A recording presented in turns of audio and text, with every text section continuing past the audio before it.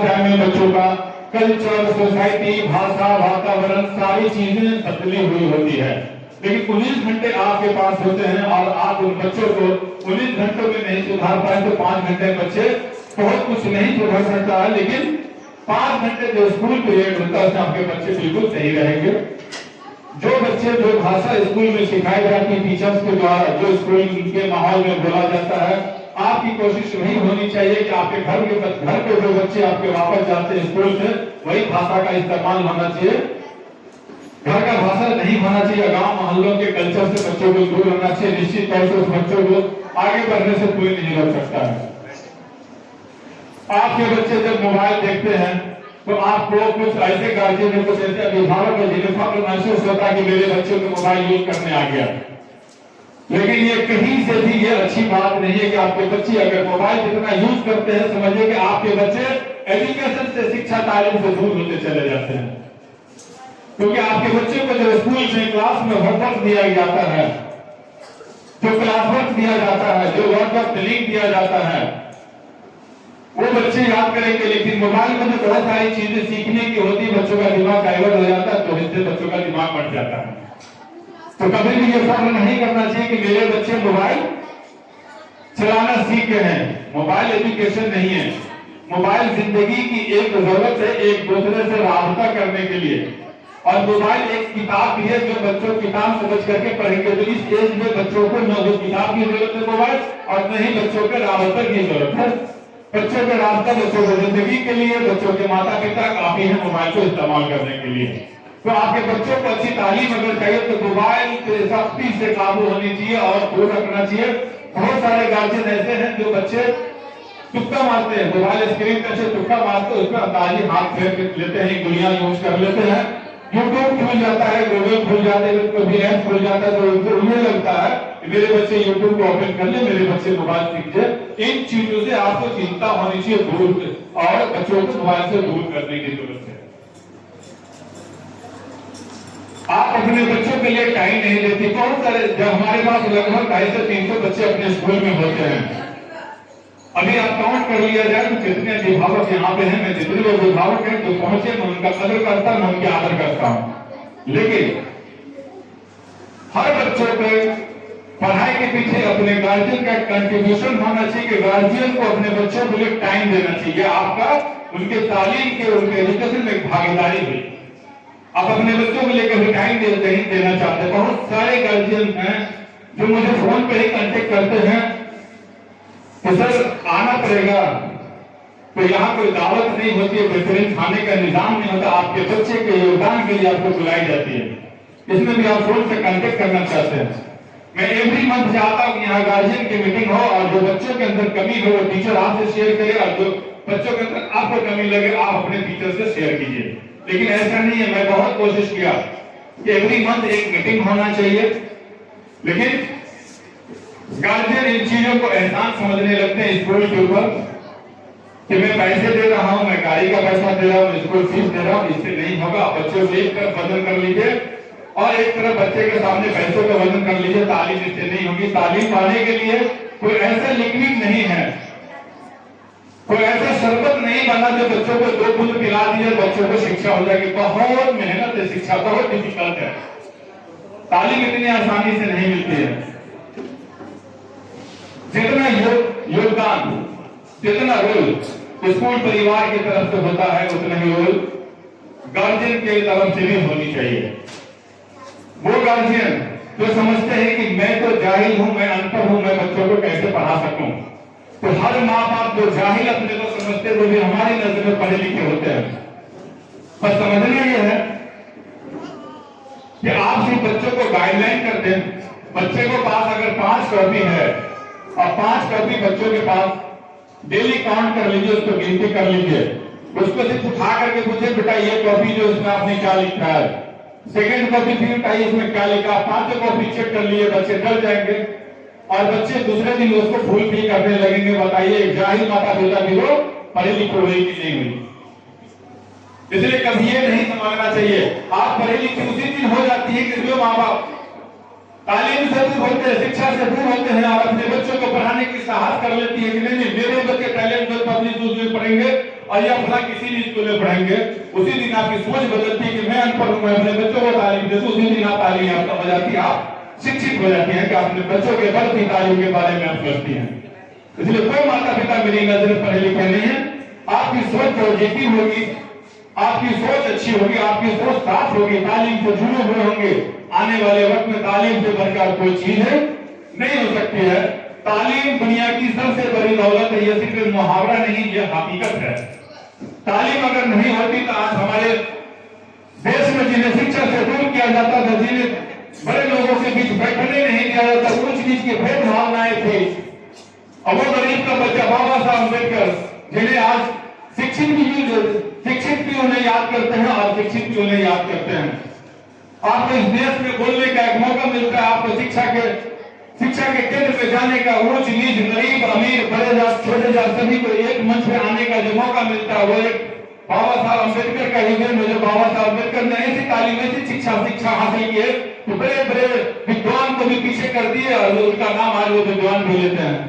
तो उनकी देन है जो आज हम सभी एक मंच पे हैं, हम सभी समाज के लोग, हम सभी जाति के लोग, क्या एक अमीर एक गरीब के लोग सभी एक जगह में बैठे हुए, ये मौका हमें बाबा साहब अम्बेडकर ने दिया। कैसे दे दिया उन्होंने? एक दलित के बच्चा थे, एक गरीब थे, वो उनकी शिक्षा पाने के लिए कितना उनको संघर्ष करना पड़ा। जो बड़े बड़े परिवार के लोग होते थे उनको भगा दिया जाता था, उनके बदन से बदबू का बहाना बना करके उन्हें भगा दिया जाता था कि इनके बदन से वास आ रहा है, इनके शरीर से अच्छी महक नहीं आ रही है, और उनसे घृणा करते थे और वो पूरी दुनिया को मजबूर कर दिए अपना नाम लेने के लिए। ये किस चीज की ताकत थी? ये सिर्फ तालीम की ताकत थी, शिक्षा की ताकत थी। तो अपने स्कूल में देखें, इलाका में बहुत बड़े बड़े बैनर, बड़े बड़े पोस्टर, बहुत होर्डिंग, बहुत अनाउंसमेंट बहुत सारे आते हैं।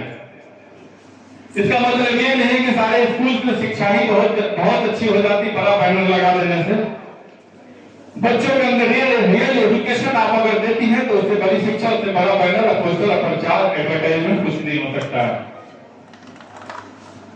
किसी स्कूल के संचालक, किसी स्कूल के प्रिंसिपल अगर पढ़े लिखे नहीं है, बड़े बड़े बोर्ड लगा दिए, बड़े बड़े जो बहुत दूर से नए फेस में टीचर्स प्रोवाइड कर देते हैं, जिसका मतलब नहीं कि फेस से एजुकेशन बहुत अच्छी, तो चेहरे के चार्मिंग से तालीम में इजाफा हो जाते हैं, ऐसा कुछ भी नहीं है।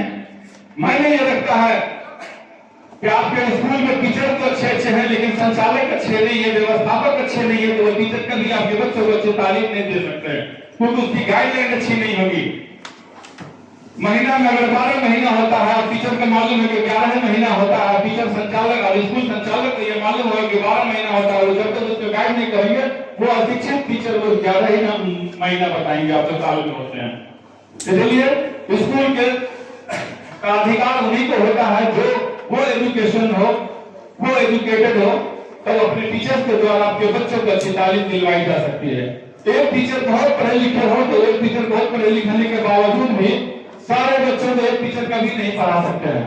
तो प्रिंसिपल मैम का जो एजुकेशन है वो केंद्रीय विद्यालय दार्जिलिंग से है, और वो टीचर को अच्छी तरह से गाइडलाइन करना चाहती है। जो टीचर हमारे सेशन में आते हैं तो उन्हें 2 से 3 महीना वो ट्रेन करने की सलाहियत रखती हैं। हमारे स्कूल में कल्चर पर भी थोड़ा ध्यान दिया जाता है। ये चीजें हर जगह नहीं मिलेगी। धार्मिक का भी पूरा ध्यान दिया जाता है। बच्चे किसी भी धर्म के, उनके धर्म का पूरा ध्यान उसको गौर किया जाता है, उसका ख्याल रखा जाता है। एवरी फेस्टिवल में किसी भी अवसर पे हो, असेंबली बना करके असेंबली के द्वारा बच्चों को उनके त्योहार के बारे में, उनके देवी देवताओं के बारे में, उनके खुदार, उनके रसूल के बारे में बच्चों को बताई जाती है। हर जगह नहीं मिलेगा। बच्चे और बच्चे सुरक्षित होती है, वो हर जगह नहीं मिलेंगे। स्कूल का एक ऐसा दिशा है पब्लिक स्कूल, जहाँ बड़ी बच्चियों को, जैसे बच्चियां बड़ी होने लगती है, उनका अलग अलग से ख्याल रखा जाता है, उन्हें प्रमोशन किया जाता है। अगर बच्चे बैठ हो जाते हैं तो बच्ची चूंकि बहुत बढ़ती है, बच्चियां बड़ी नजर आने लगती है, और बच्चियां अगर पीछे होते हैं उनका पूरा ख्याल किया जाता है, क्योंकि स्कूल प्रोफेशनल नहीं है, स्कूल व्यापार का जगह हमारा नहीं है। मेरे बिजनेस व्यापार, मेरी जिंदगी विज्ञापन के बाद में, मेरी जिंदगी पालन पोषण के लिए मेरा और भी धंधा पानी है। स्कूल मेरा बिजनेस, स्कूल मेरा शौक और मेरा चैलेंज है कि हमारे क्षेत्र के बच्चे ज्यादा से ज्यादा एजुकेशन हासिल करें।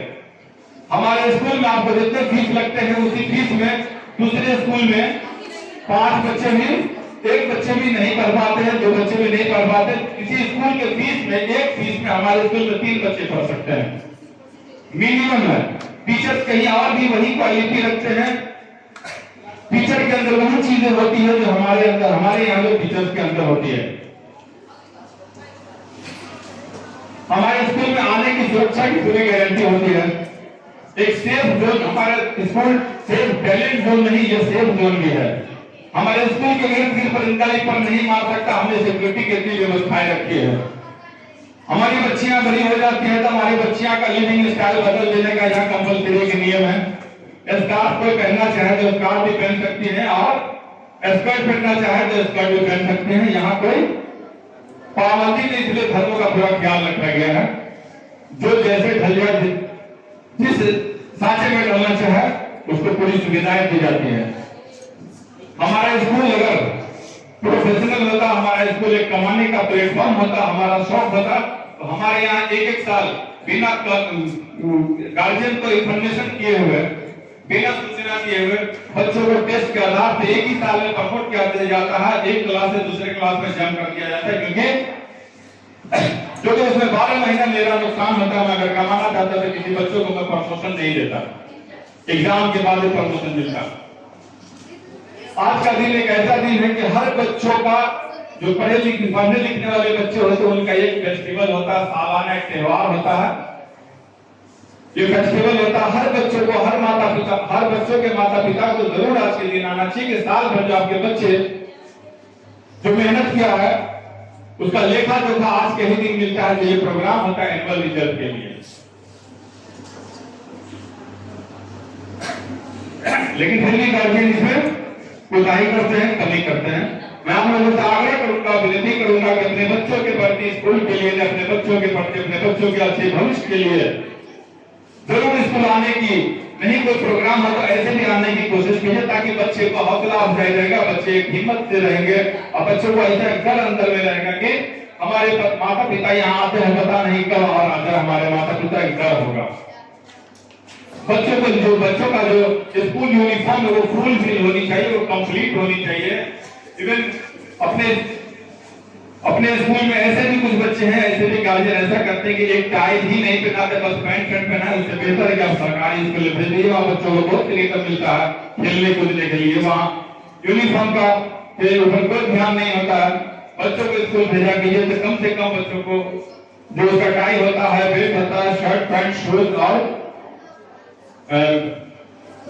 सभी चीज बच्चों को फुल ड्रेस में भेजा कीजिए, ताकि बच्चे खुद को भी अपने ऊपर से नीचे तक देखें तो बच्चों को ये लगे कि मैं एकदम अलग थलग देख रहा हूँ। इससे बहुत इफेक्ट पड़ता है, मैं उसके माइंड पे इफेक्ट पड़ता है कि मैं अलग थलग दिख रहा हूँ।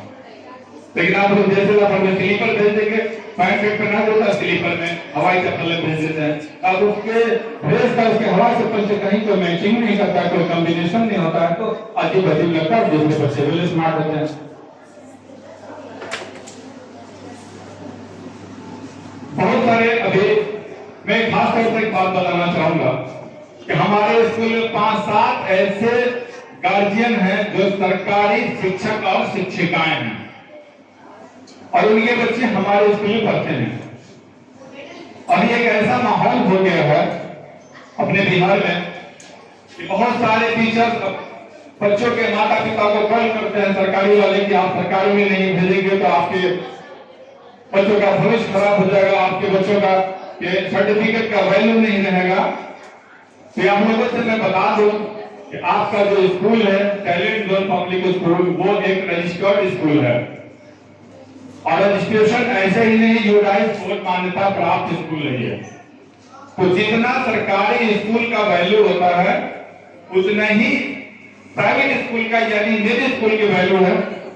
और मैं बता दूं कि सरकारी स्कूल से मेरे स्कूल का वैल्यू ज्यादा होगा तो ये बुरी बात नहीं होगी, ये ज्यादा नहीं कुछ होगा, क्योंकि ये सरकारी स्कूल का जो सिस्टम होता है, बिहार शिक्षा विभाग के द्वारा सरकारी स्कूल चलती है, बिहार शिक्षा विभाग के द्वारा प्राइवेट स्कूल भी चलती है। फर्क इतना है कि हमारे स्कूल में इंग्लिश माध्यम से गणित अगर होगा, मैथ होगा तो इंग्लिश में होगा, साइंस होगा तो इंग्लिश में होगा, और उसमें जो भी चीजें होगी वो हिंदी माध्यम से। का फर्क इतना है, इसलिए मेरे स्कूल का वैल्यू सरकारी स्कूल से ज्यादा बनता है। इसलिए इस बातों को दिमाग से हटा दीजिए। हाँ, एक नियम जरूर लागू हुआ कि आप अपने बच्चों को कहीं भी पढ़ाइए तो कहीं एक ही जगह पढ़ाइए, प्राइवेट में पढ़ाइए, सरकारी में पढ़ाइए। कुछ गार्जियन सरकारी योजनाओं के तहत 2-4 किलो दाना पानी या कुछ पैसे आ जाते हैं, उसी में बच्चों की भविष्य को आजमाने लगते हैं कि हमारा उससे आपका आर्थिक स्थिति मजबूत नहीं हो जाएगा। आर्थिक स्थिति आपकी तब मजबूत होगी जब आपके बच्चे एक अच्छे इंस्टीट्यूशन में, अच्छे स्कूल में पढ़ाई करेंगे तो आपकी आर्थिक स्थिति मजबूत होगी। जब आपके बच्चे खुद तालीम याफ्ता हो जाएंगे, 2-4 किलो दाने पानी और 2-4 हजार रुपया अगर साल में मिल जाता है तो आपकी आर्थिक स्थिति अच्छी नहीं, और ये बहुत अच्छा एजुकेशन नहीं हो पाएगा। अगर बहुत अच्छा एजुकेशन होता सरकारी स्कूल में, तो सरकारी स्कूल के जो टीचर्स हमारे स्कूल में, मिसाल के तौर पर मैं अपने स्कूल की बात कर रहा हूँ कि मेरे स्कूल में जो पढ़ाते हैं वो खुद के स्कूल में अपने बच्चों को पढ़ा लेते हैं। तो सरकारी स्कूल उसका जो ड्यूटी है उसको अपने स्कूल में बच्चे दिखाने हैं। अगर वो बच्चे नहीं दिखाएंगे तो उनके स्कूल में पोषाहार जो आता है बच्चों का वो नहीं आएगा। इसीलिए लोग परेशान होते हैं कि सरकार के विभागीय लोग जब उनके स्कूल में छापा मारेंगे, उसके स्कूल में जब सरकारी टीचर, सरकारी विभाग के लोग जब सरकारी स्कूल में छापा मारेंगे, चेकिंग करेंगे, तो उसके यहाँ बच्चे की जनसंख्या नहीं नजर आएगी, उनके स्कूल के पोषाहार में कटौती कर दी जाएगी, फिर उन लोगों का कमीशन जो है वो नहीं मिलेगा। हमारे स्कूल के आसपास में स्कूल है, हमारे स्कूल के आसपास में एक प्राइवेट स्कूल है, जिस स्कूल के जो डायरेक्टर है, जिस स्कूल के संचालक है, वो दोनों सरकारी टीचर हैं। अपने बच्चों को अपने स्कूल से काफी दूर ले जाकर के वो पढ़ाते हैं, और सरकारी स्कूल में अपने बच्चों को नहीं पढ़ाते, प्राइवेट किसी दूर स्कूल में पढ़ाते हैं, आसपास में अपना भी एक प्राइवेट स्कूल खोल करके रखते हैं। अब फिर भी गार्जियन को जाकर के कहेंगे कि हमारे स्कूल में इतनी अच्छी पढ़ाई होती है जैसे मुजफ्फरपुर, दरभंगा, पटना में लेगा, लेकिन अपने बच्चों को किसी और प्राइवेट स्कूल में पढ़ाते हैं, किसी के बच्चे को वो सरकारी स्कूल में पढ़ाता है, वो अपने स्कूल में कुछ गार्जियन के बच्चों को पढ़ाते हैं। ऐसे ऐसे प्रचार प्रसार होता रहता है। इन सब चीजों से बचने की जरूरत है। बहुत सारे गार्जियन के मन में ये चीजें आती है कि हमारे बच्चे का एडमिशन हो गया, 6 महीना हो गया, हमारे बच्चों को अपना नाम भी लिखना नहीं आता है।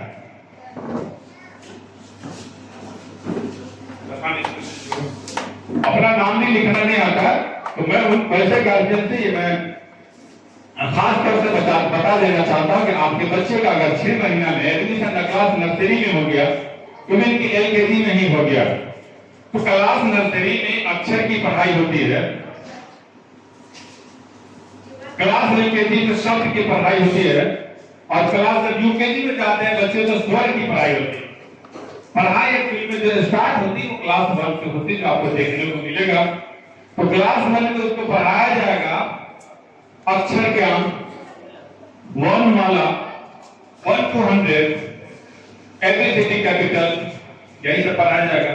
अब उनसे पूछिएगा कि बेटा आप अपना नाम लिखे, तो हमने तो बताया ही नहीं उनको नाम लिखने के लिए, हमने उनको नाम लिखना सिखाया ही नहीं, कैसे सिखा दूंगा?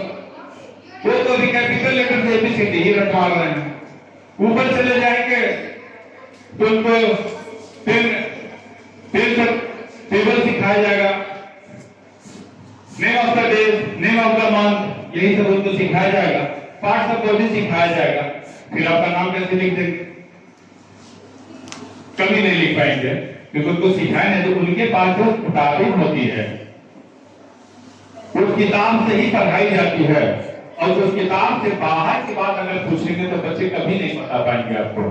इसका मतलब ये नहीं होता कि बच्चे कुछ जानते नहीं है। बच्चे जब क्लास UKG में चले जाते हैं या बच्चे क्लास 1 में चले जाते हैं, उसके बाद बच्चों को आप अपना नाम नहीं, अपने खानदान परिवार का नाम नहीं, उसको दुनिया में कोई ऐसा शब्द हो वो आप लिखवाइए, बच्चे निश्चित तौर से लिख देंगे। तो मैं चैलेंज करता हूं कि मेरे स्कूल में जो भी बच्चे क्लास 1 में पढ़ाई करते हैं, उन बच्चों से आप किसी भी चीज को लिखवा करके देख लीजिए। मुझे विश्वास है, मुझे यकीन है कि वो बच्चे अपने परिवार, अपना नाम नहीं, पूरे खानदान का नाम, पूरी दुनिया से इसका नाम लिखेंगे। वो सभी का एक लेवल होता है, लेकिन ये गांव है, मैं इस तरह की व्यवस्थाएं, मुझे अफसोस है कि मैं अगर किसी इस गांव से दूर, ग्रामीण से दूर, शहरों की तरफ में अगर करता है तो मेरे स्कूल का एक नाम, एक लेवल होता।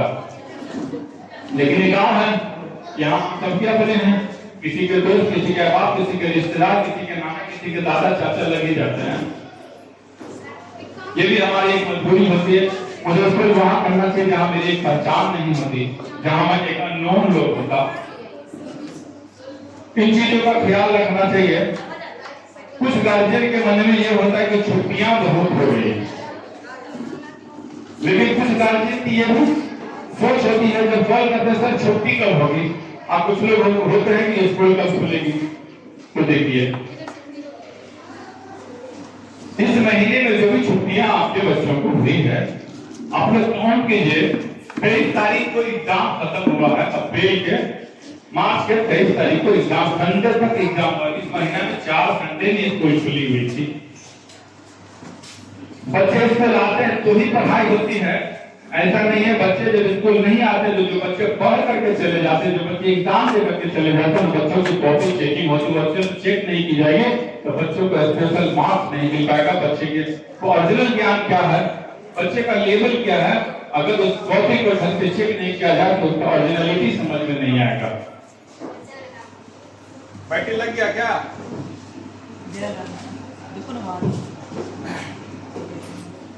तो इस तरह से इस महीने में 23 तारीख के बाद 4 संडे भी स्कूल खुली हुई थी। उसी बीच में होली की भी छुट्टी होती, उसी छुट्टियों में मेंशन है। उसी बीच में ईद की भी छुट्टी है। उसी बीच में एनुअल एग्जाम जो हुआ है, वार्षिक परीक्षा जो हुआ है, तो परीक्षा के बाद हर गार्जियन का एक सोच होती है कि परीक्षा हो जाता तो 10 दिनों की छुट्टी जो जरूर मिलेगी, हम लोग घूमने चले जाएंगे। सारी छुट्टियां उसी में मेंशन है। मिला जुला करके स्कूल हमारे हिसाब से 10 से 12 दिन क्लोज था। आप अगर काउंट करेंगे तो स्कूल कभी भी बंद नहीं थी। इस महीने में स्कूल आज तक खुली हुई थी, कल तक खुली हुई थी, क्योंकि आपके बच्चों का जो लेखा जोखा है, जो बच्चों ने लिखा है सही और गलत, उसकी तलाश हो रही थी, उस कॉपी की जांच हो रही थी, कॉपी की चेक हो रही थी, तो पहले स्कूल खुला हुआ था।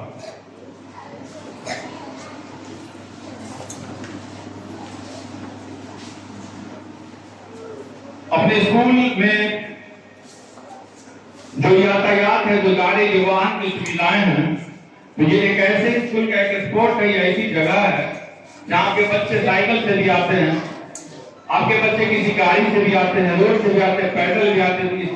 तो इधर जो है यातायात का, गाड़ी वगैरह का सभी बच्चे सुरक्षित होते हैं, रोड हादसे से भी बच्चे सुरक्षित होते हैं, आसानी से यहाँ पहुंच जाते हैं।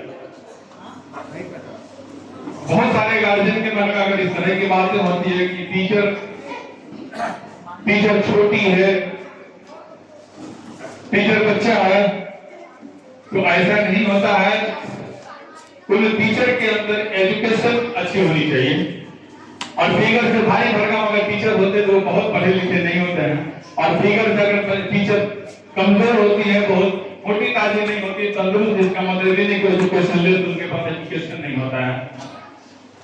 और चाइना के जो लोग हैं, चाइना के आम नागरिक हमारे भारत के तुलना में बहुत छोटे होते हैं, तो इसका मतलब उसके अंदर एजुकेशन नहीं होती है, ऐसा तो नहीं है। और वेस्ट ऑस्ट्रेलिया में वगैरह में लंबे लंबे लोग होते हैं, अफगानिस्तान में लंबे लंबे लोग होते हैं, तो उसी से हम लोग निर्भर करते हैं, वो बहुत पढ़े लिखे होंगे, ऐसा नहीं होता। टीचर्स के अंदर पूर्ण होनी चाहिए, शिक्षा होनी चाहिए, बच्चों को शिक्षा देने की उनके अंदर क्वालिटी होनी चाहिए, क्वालिटी एजुकेशन होनी चाहिए। तो अब मैं आमंत्रित करूंगा प्रिंसिपल मैम को, तो 2 मिनट में आप लोग को संबोधन करेंगे। उसके बाद जो बच्चों का रैंक प्राप्त हुआ है उन बच्चों को ट्रॉफी से सम्मानित और मेडल से सम्मानित किया जाएगा। और वो चीजें जिन्हें हक है, जिन्हें वो मुकद्दर में लिखा था, बाकी सारे बच्चों का रिजल्ट अच्छा ही होगा। मैं आशा करता हूँ, मैं दुआ करता हूँ, मेरा प्रार्थना होता है कि हमारे स्कूल के सारे बच्चों का अच्छा से अच्छा परसेंटेज हो। हमें आपसे ज्यादा खुशी होती है, क्योंकि आपके घर में, आपके घरों में आपके पास बच्चे 1 होंगे, 2 होंगे, 4 होंगे, और हमारे स्कूल के जितने बच्चे हैं, 300 बच्चे हैं, तो 300 बच्चे का पिता मैं हूं, तीनों 2 बच्चों को मैं एक नजर से हम लोग देखा करते हैं। तो आपसे ज्यादा चिंतित और चिंता मैं करता हूँ आपके बच्चों के लिए। तो मैं कामना करता हूं कि सभी बच्चों का रिजल्ट अच्छा होगा, और इसमें जो रैंक मिलता है, रैंक की प्राप्ति सभी को नहीं हो पाती है। रैंक 1%, 0.1%, 0.2% से रैंक कट जाता है, वो हकदार को और बच्चों को मुकद्दर की बात होती है। इसलिए आहत नहीं होना है। जिन बच्चों को अगर ट्रॉफी प्रदान होता है, तो जिन बच्चों को नहीं होता है, वो अगले बार के लिए और संघर्ष और कोशिश करेंगे और समय देंगे कि ताकि ये सौभाग्य प्राप्त हो उन बच्चों को भी, जिन्हें इस बार प्राप्त नहीं हुआ, हमेशा किसी न किसी को होता रहता है। तो बेस्ट ऑफ लक। मैं जिन लोगों के हक में ये ट्रॉफी जाएगा, जिन लोगों का अच्छा रिजल्ट होगा, उनको बहुत बहुत धन्यवाद, बहुत बहुत शुक्रिया। तो मैं आमंत्रित करता हूँ, इन्वाइट करता हूँ प्रिंसिपल मैम को। प्रिंसिपल मैम के लिए एक बार आप लोग तालियों से स्वागत कर दीजिए। तहे दिल से अपने स्कूल के प्रांगण में स्वागत करती हूँ। आज हमारे स्कूल रिजल्ट आता है बच्चों का, तो हम उसे मनाते हैं, लेकिन बड़े ही दुख की बच्चों के लिए। तो फिर वो अपने बच्चों से क्यों उम्मीद रखते हैं कि उनका बच्चा कुछ अच्छा करे? आप लोग इस बात पे गौर करेंगे कि जब माता पिता के पास समय नहीं है, स्कूल का फी जो है स्कूल में देने के लिए नहीं आते, क्या कहेंगे, सर बैग में बच्चे का फी रख दिया गया है, आप ले लीजिएगा। ये कितनी गैर जिम्मेदाराना हरकत है। फिर भी चलिए हम लोग उसे एक्सेप्ट कर लेते हैं। शिक्षा शेरनी का वो दूध है जो जितना पिएगा उतना ही दहाड़ेगा। शिक्षा शेरनी का वह दूध है जो जितना पिएगा उतना ही दहाड़ेगा। तो आप बच्चे को ज्यादा से ज्यादा शिक्षित करें, तालीम देने की कोशिश करें।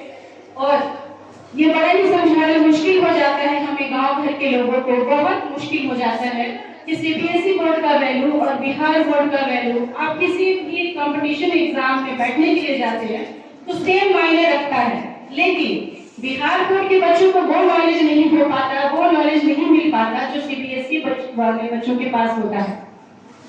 यहाँ जो भी टीचर प्रेजेंट है, या कुछ ऐसे भी पेरेंट्स आए होंगे, या कुछ ऐसे भी भाई बहन आए होंगे जो अपनी आगे की स्टडीज को इंजीनियरिंग कर रहा होगा, कोई नीट की तैयारी कर रहा होगा, या फिर कोई जेईई की तैयारी कर रहा होगा, तो वो मुझे आकर के बताए मंच पे, अपना जो है वो पॉइंट ऑफ व्यू मुझे साझा करे कि क्या उन्हें आगे जब किसी अदर स्टेट में जाते हैं, वो पंजाब जाते हों, या फिर राजस्थान स्टडीज के लिए जाते हों, या दिल्ली जाते हों, तो मुझे बताए कि क्या फर्क है। ताकि सीबीएसई बोर्ड की स्टडीज जो है वो ऑल इंडिया में है, ऑल इंडिया। बिहार बोर्ड तो केवल बिहार तक सीमित है, राजस्थान बोर्ड राजस्थान तक सीमित है, हर स्टेट के लिए उसका अपना स्टेट बोर्ड है। लेकिन पेरेंट्स कुछ लालच में पड़ के अपने बच्चों के भविष्य के साथ खिलवाड़ करते हैं।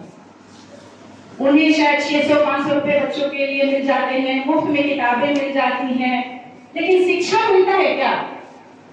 जो टीचर वहां पढ़ा रहे हैं, क्या उनको पढ़ाते नहीं है? बच्चे स्कूल में जाकर के सिर्फ अपना समय बर्बाद करते हैं, वो जाके वहां खेलते हैं।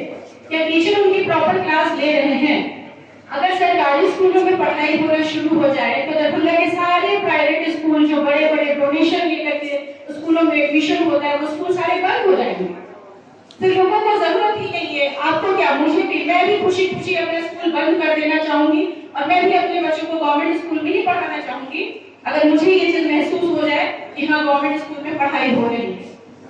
कितने पेरेंट्स इस बात से नहीं करते हैं? जरा हाथ खड़ा करके मुझे बता दें कि सरकारी स्कूल में पढ़ाई होती है, और जो मुझे ये फोन करके कहते हैं कि मैम बच्चा मेरा बड़ा हो गया है, अब 8 क्लास में या 7 क्लास के बाद दूसरे स्कूल में जाना चाहता है, यानी क्या ना गवर्नमेंट स्कूल में जाना चाहता है, उसके सर्टिफिकेट का ज्यादा वैल्यू है। तो ये मूर्खता, ये अनपढ़ता, ये जाहिलता, ये कब मिटेगी? जब आप अंदर से, अपने अंदर से इस चीज को, इस कमी को दूर नहीं करेंगे तो आप प्राइवेट स्कूल में क्यों पढ़ाते हैं? फिर सरकारी में ही पढ़ाइए शुरू से। अगर आपको लगता है कि सरकारी में पढ़ाई अच्छी होगी तो सरकारी में ही पढ़ाई। फिर क्लास नर्सरी, एलकेजी, यूकेजी क्यों आप अपने बच्चों को डालते हैं? बहुत सारे पेरेंट्स तो आए नहीं जिन तक मेरा ये जो है सो मकसद पहुंच सके। मैं क्या कहना चाहती हूँ, मैं बहुत दुखी हूँ इन सब चीजों से कि मैंने हमेशा कोशिश किया है कि मेरा जो है आगे का बैच बढ़े, लेकिन अक्सर ये होता है मैं मायूस हो जाती हूँ। लेकिन सर मुझे समझाते रहते हैं कि नहीं, मायूस होने की जरूरत नहीं है। 7 के बाद मेरे स्कूल में आगे बैच क्यों नहीं बन पा? क्योंकि अभिभावक मेरा साथ नहीं देते, जो माता पिता है वो हमारा साथ नहीं देते हैं। 7 क्लास तक बच्चे पढ़ते हैं, 8 क्लास में गवर्नमेंट स्कूल में चले गए। भाई क्यों? हमने सारा साथ आपके बच्चों के पीछे मेहनत किया, बचपन से लेकर के आपके बच्चों को हमने पढ़ाया, और सारा श्रेय आप देंगे गवर्नमेंट स्कूल को। ये हमारे साथ नाइंसाफी है या नहीं? आप लोग खुद बताइए। जब आप बच्चों को मेहनत कराते हैं, मैम ध्यान दीजिएगा, मैम टीचर से ध्यान दिलवाइएगा, आप ही का बच्चा है, तो उस वक्त वो बच्चा किसका हो जाता है? उस वक्त वो बच्चा आपका हो जाता है, और वैसे वो मेरा बच्चा है।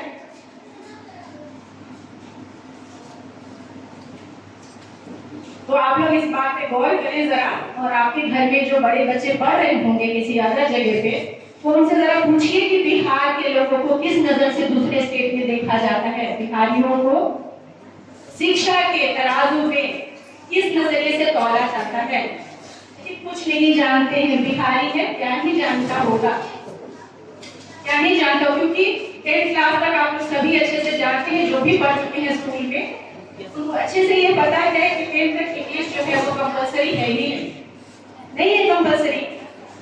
तो 10th में बच्चा अगर इंग्लिश में फेल हो जाए तो बच्चे ने तो शुरू से इंग्लिश पे ध्यान ही नहीं दिया, बचपन से तो उसने ध्यान ही नहीं दिया इंग्लिश पे। जो गवर्नमेंट स्कूल में जा रहे बच्चे वो 7-8 में जाके थोड़ा पढ़ना सीखते हैं, अच्छे से प्रॉपर बुक रीडिंग भी नहीं आती है।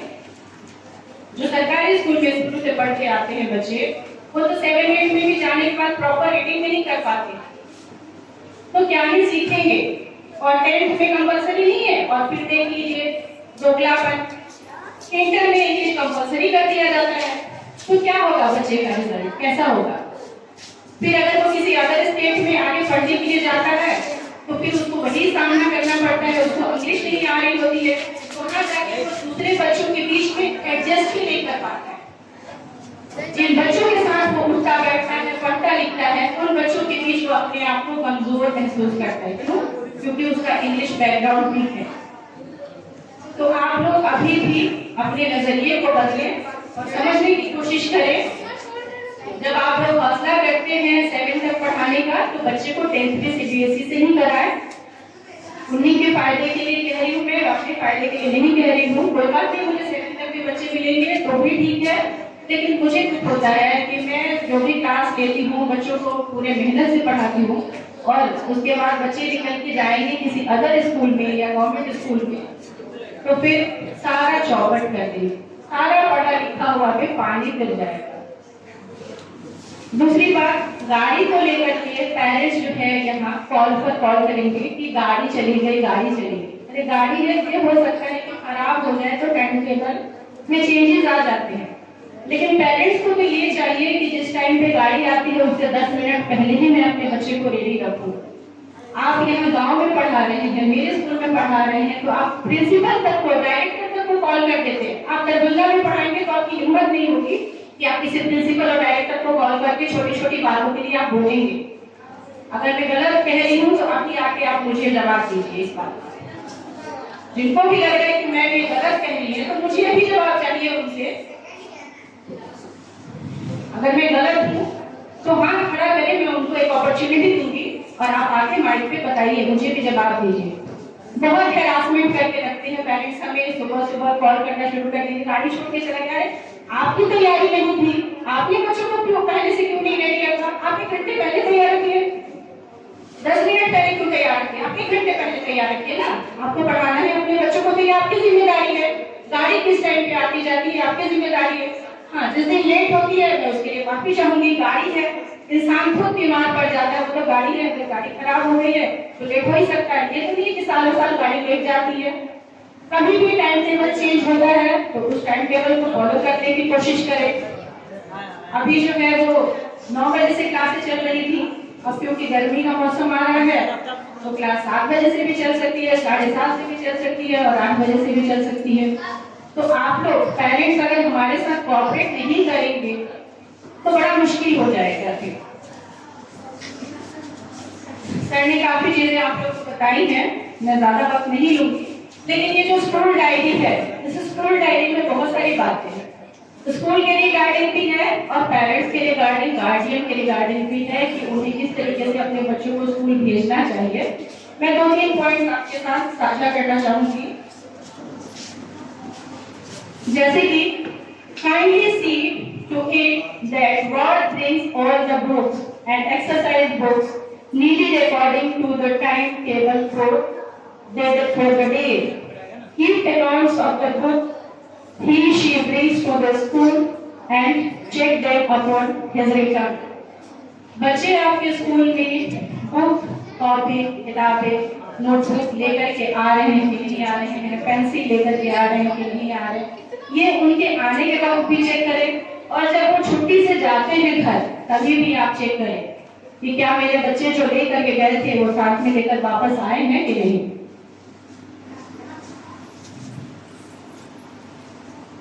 माता पिता कुछ पढ़े भी होंगे यहाँ, कुछ नहीं भी पढ़े हुए होंगे।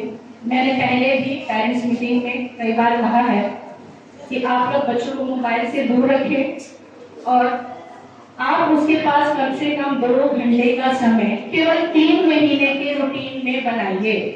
3 महीने तक अगर आप उसको 2 घंटे अपने पास बिठाते हैं या आप उसके पास बैठते हैं, भले ही आप पढ़ना जानते हो या ना जानते हो, आप अपने शाम के वक्त में से 2 घंटे का समय निकालिए और आप उसके पास कंटिन्यूअस बैठे रहिए कि आपका बच्चा पढ़ रहा है, याद कर रहा है कि नहीं पढ़ रहा। क्योंकि स्कूल में तो पढ़ाया जाता है ना, स्कूल में टीचर पढ़ाते हैं।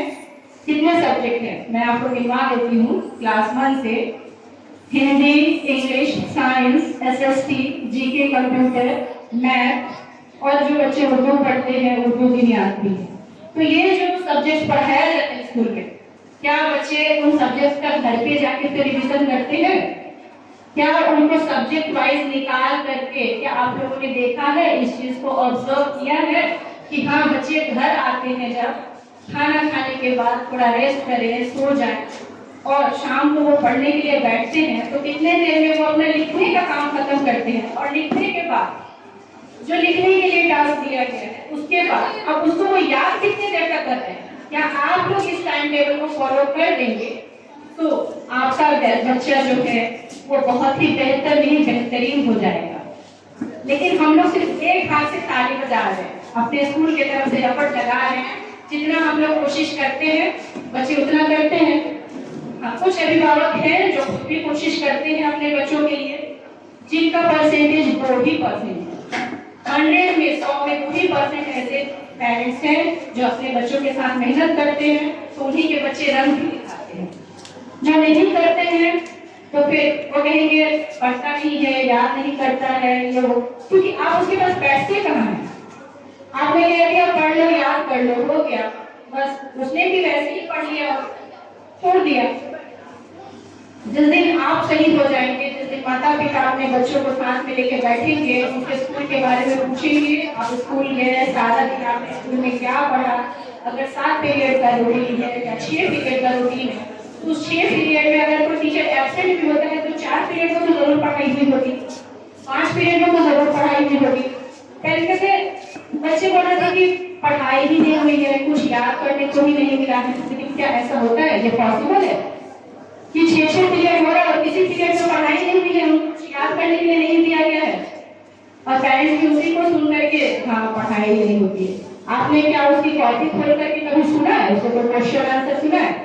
हर सब्जेक्ट जो भी मैंने आपको गिनवाया उनके लिए कॉपियां बनवाई जाती हैं, फेयर कॉपियां बनवाई जाती है, क्वेश्चन आंसर तैयार करवाया जाता है, एग्जाम से 1 महीना पहले पूरा रिवीजन करवाया जाता है और उस रिवीजन में भी कुछ इम्पोर्टेंट क्वेश्चंस बच्चों को गैस करवाया जाता है। जैसे आप लोग गैस पेपर लेके खरीद के पढ़ते हैं, जो सीनियर स्टूडेंट्स जो बाहर पढ़ रहे होंगे गैस पेपर से पढ़ते हैं कि हाँ ये क्वेश्चंस आने वाले होंगे, वैसे ही बच्चों को भी यहाँ कुछ तैयारी करवाई जाती है कि बच्चे आप इनको अच्छे से पढ़ें, आप अच्छा मार्क्स ऑब्टेन करेंगे। लेकिन आप उस चीज को घर जाने के बाद जो बच्चों को छुट्टियां मिली, गैप मिला, उसमें वो बच्चा कितना पढ़ रहा है या गाँव में खेल रहा है या घर पे है ही नहीं, तो इसको लुक आउट करना है, इसको देखना तो आप लोगों की जिम्मेदारी है। जब तक वो मेरे पास स्कूल में है तो उनका हर पीरियड के लिए एक टीचर अपॉइंट रहता है, हर पीरियड में टीचर जाते हैं और पढ़ाते हैं और छुट्टी होती है, बच्चा घर जाता है। लेकिन उसी पीरियड के अकॉर्डिंग, उसी सब्जेक्ट के अकॉर्डिंग बच्चा घर पे पढ़ाई करेगा तो बेहतर नहीं बेहतरीन हो जाएगा, फिर आपको सोचने की भी जरूरत नहीं पड़ेगी। लेकिन आप इस सिस्टम को अप्लाई करके देखें, आप 3 महीने तक अपने बच्चे को रूटीन बनाइए कि वो 2 घंटे के लिए बैठे, वो खुद ब खुद फिर बाद में उस रूटीन को फॉलो करना शुरू कर देगा।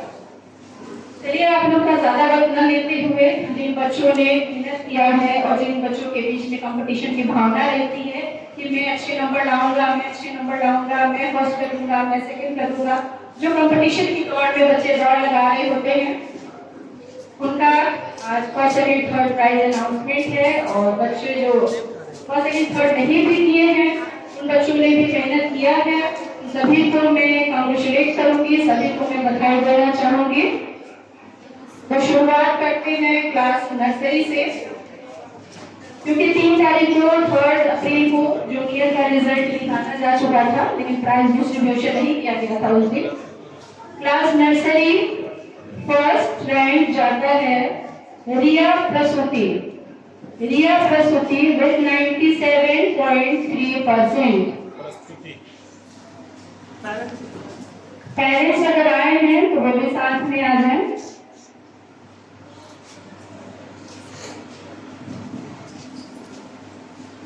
क्लास नर्सरी बच्चे को सर बाउंड्री और आपका बेटा रिपोर्ट सर सामने से थोड़ा डिस्टेंस यही बुलाइए ना। शाबाश, आप इसी तरीके से पढ़ते रहिए और भविष्य में आगे बढ़ते रहिए, मेहनत को जारी रखिए। सामने से फ्रंट से सर मैं आपको आमंत्रित करती हूँ कि बच्चे को जो है उसके प्राइज को देकर उसे सम्मानित करें।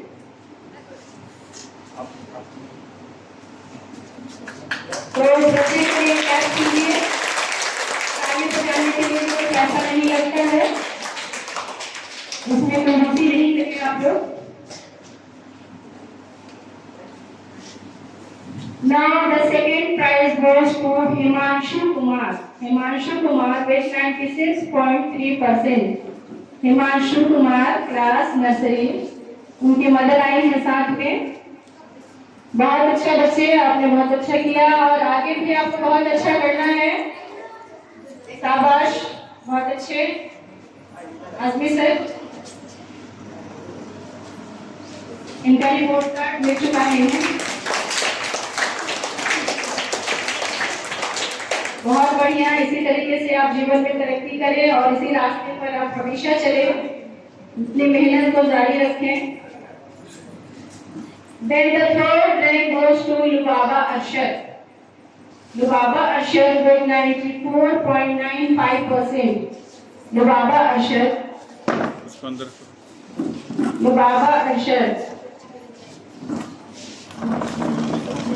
94.95% class nursery। Very good students, very good, keep it on। आप ले लीजिए सर से।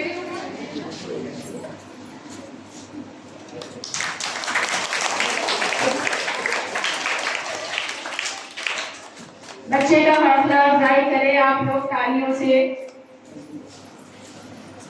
Now class LKG, the first rank goes to Afifa Naz। Afifa Naz, she got 100%, 100 out of 100%। एक भी पॉइंट इनका नहीं कटा है। नायरा मिस इनकी क्लास टीचर है। अफीफा नाज 100% लाया है बच्चे ने, 100 आउट ऑफ 100%, सारे सब्जेक्ट में 100 मार्क्स लेकर के आई हैं। वेरी गुड, शाबाश। बच्चे जैसे जैसे क्लास बढ़ता है बच्चों का बर्डन बढ़ता है और उसको मेहनत के साथ आगे भी पढ़ते रहना है, मेहनत करते रहना है, मेहनत से चूकना नहीं है। अपने गोल को, अपने एम को हमेशा हाई रखना है। अगर आप सपने ऊंचे देखेंगे तभी सपने को पूरा करने के लिए मेहनत भी करेंगे। इसलिए सपने बड़े देखिए ताकि आप उसे पूरा करने की कोशिश करें। Second prize goes to Umar Farooq with 94.4%। Umar Farooq second prize, second rank. Umar Farooq, बच्चे जल्दी आइए, तेजी से आ जाइए, जल्दी जल्दी आइए, मैं वेट कर रही हूँ आपका। उमर फारूक 94.4%। शाबाश, वेरी गुड। मेहनत से पढ़ना है आगे भी।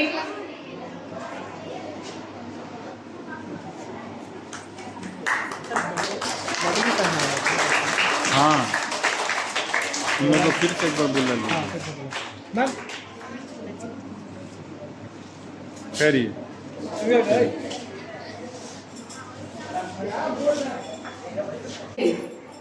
सामने सामने करिए, तीनों का एक पिक ले लीजिए sir. Himanshu come here, one go.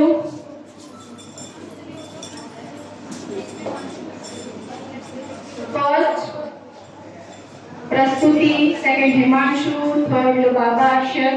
ये है ना LKG। Class nursery, picture click कर लिए तीनों बच्चों का एक साथ।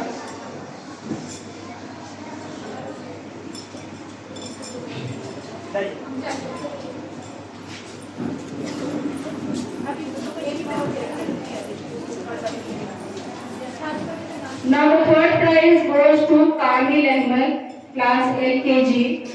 Class LKG, Kamil Ahmed with 94.2%. कसान को फर्स्ट है। Kamil Ahmed.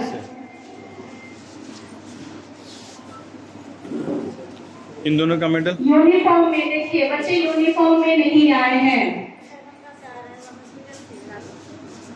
बच्चे को यूनिफॉर्म में होना जरूरी होता है जब भी कभी भी स्कूल आए, क्योंकि जब हम फैंसी ड्रेस कंपटीशन करेंगे तभी बच्चे सिविल यूनिफॉर्म में आएंगे, अदरवाइज स्कूल के किसी भी प्रोग्राम के लिए बच्चे स्कूल यूनिफॉर्म में नहीं आएंगे।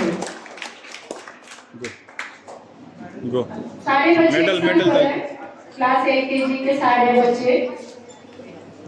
बच्चों का मैम आप सीट पे बैठ जाए।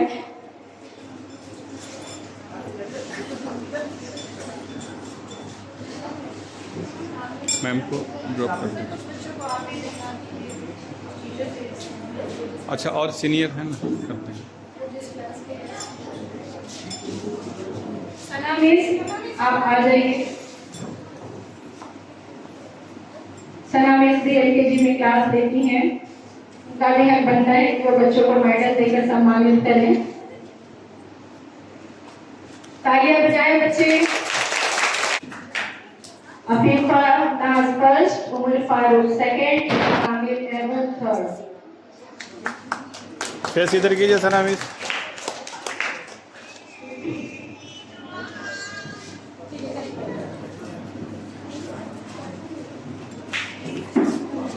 Now moving towards class UKG.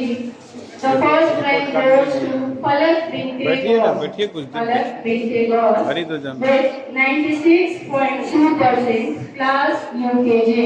Well done, very good, शाबाश। आप इसी तरह से मेहनत करेंगे बच्चे। ऐसा नहीं कि आपने इस बार फर्स्ट किया है तो अगली बार आप अपनी मेहनत से छूट जाएंगे ना। मम्मी आई है आपकी? सुधा मिस की क्लास टीचर है, क्लास UKG। क्लास करें बच्चे। 96.2% अच्छी बच्ची है, मेहनत करती है।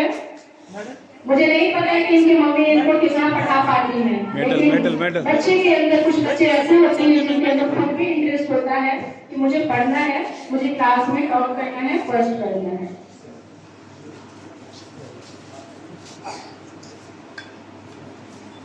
Now the second prize goes to Arham Istiaq with 93.4%. You are also not मदिया in the uniform. मदिया तुम गाड़ी से Where is जहाँ your जाओ। uniform की दुनिया है मुझे क्या यूनिफॉर्म खुला हुआ नहीं है।